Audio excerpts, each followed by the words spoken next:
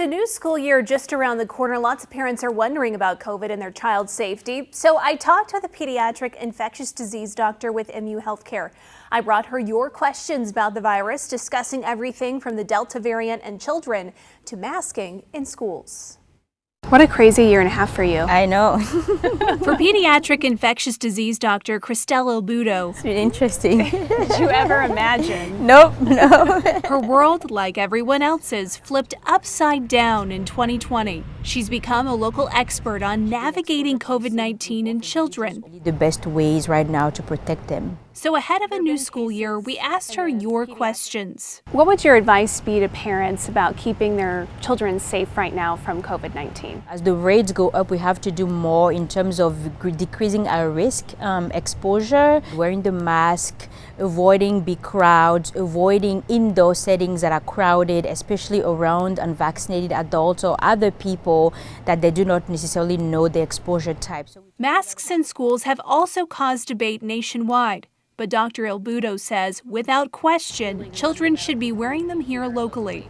Absolutely. The American Academy of Pediatrics actually came out first with those recommendations, and then the CDC followed suit. And the reason is that the majority of our young children, especially elementary age children, will not have a vaccine that's accessible or available to them. In order for us to go back and stay in person in school, we have to add on the layers of mitigation strategies to help reduce the risk of exposure. Any differences in severity of symptoms or the need to be hospitalized? There's an overall estimation that only about less than 3% of children will actually end up in the hospital with COVID-19, and that number is still holding true. So here locally at Women's and Children's, we're not seeing an abundance of children ending up in the hospital with COVID.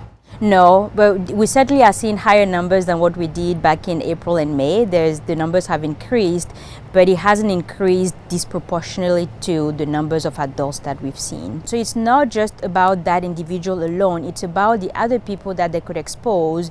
Even if they have mild symptoms or no symptoms at all when they get infected, there is still a chance that they can pass on that virus to others around them. That exposure is something that concerns this doctor. How serious is it right now in our area?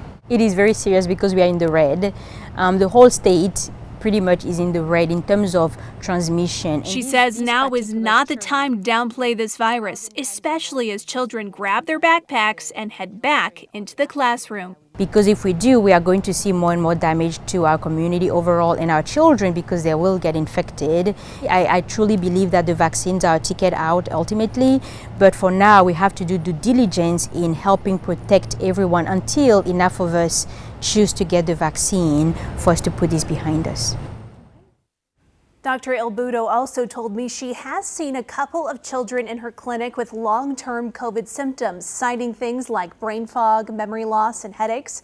Right now, there are 2 children in the hospital with COVID at Women's and Children's Hospital. For more of the doctor's answers to some of your questions, be sure to check out the story later tonight on our website, KOMU.com.